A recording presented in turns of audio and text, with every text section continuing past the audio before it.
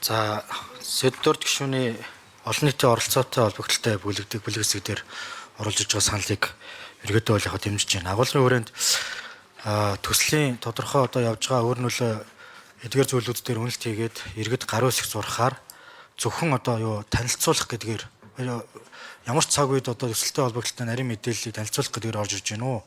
Илүү наривчлсан үйл зохицуулт байна уу гэдгийг дахиад нэг тодруулчихъя. За үүнтэй холбогдлолтой тэр олон нийтийн санал асуулттай холбогдлолтой энэ хууль өмнө бас орж ирсэн.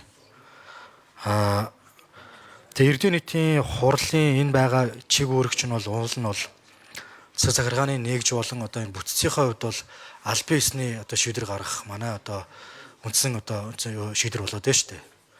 Гэтэл энэ шийдвэрийг болиулаад нөлөөллийн бүс гэдэг ингээд нэрлээд ингээд явахаар чи нөгөө нэг олон нийтийн хяналт олон юмнаас бас нэг ухарсан юм байдал руу орох гээд байна гэж өмнөх байнгын орон орж ирэхэд бид нэлээд шүүмжилсэн.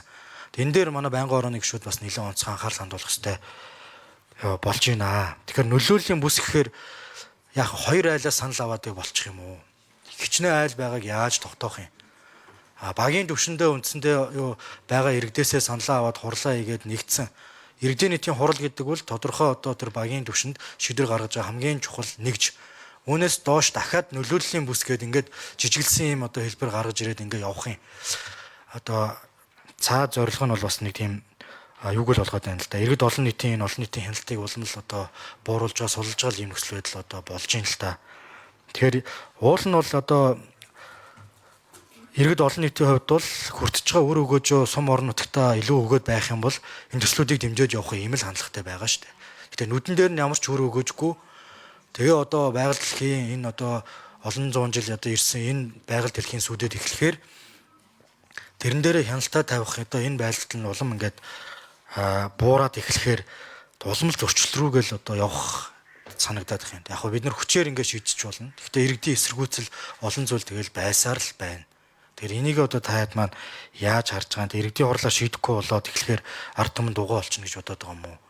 Нөлөөллийнхөө бүсийг яаж хийнэ гэж бодоод байгаа ингээд энийг жоохон дахиад олон нийтээр. За ажлын хэсгийг ахлагч Янгой шүү яриуд.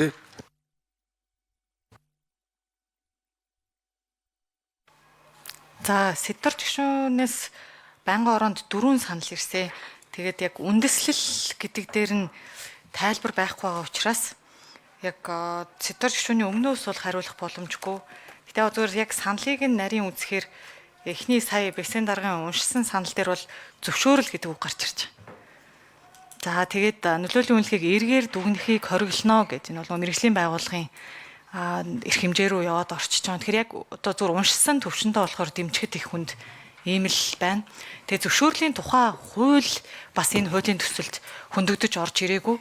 Тийм учраас одоо байгаа яг хүчин төгөлдөр байгаа хуулийн дээрээ хүртэл санал тэмдэглэл гэсэн үгийг тогтоол болгон явчихсан энэ нормыг энэ ч одоо иргэдийн хурлын тогтоолоор санал авах биш, иргэдээс нь санал авах гэдэг нь 2012 оны энэ хуулийн амин сүнсэн юм а гэдэг дээр илүү наривчлаад нөлөөллийн бүс гэдгээр нь найруулж орж ирж байгаа юм лээ.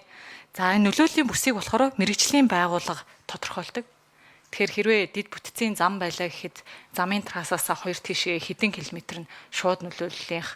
За тэгээд дам гэдэг. Тэгээ манай ажлын хэсэгт бас яг энэ чиглэлийн наривчсан үнэлгээ гаргадаг судлаачид байгаа учраас надаас илүү хариултуудыг бол өгч чадна.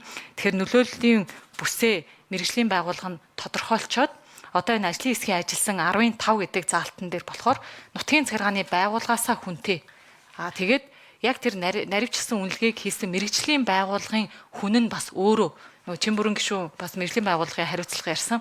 Яг энэ 15 гэсэн заалтаар бид нар мэргэжлийн байгууллага нь өөрсдөө ажиллаа хийгээд тайлбарлаа гэж.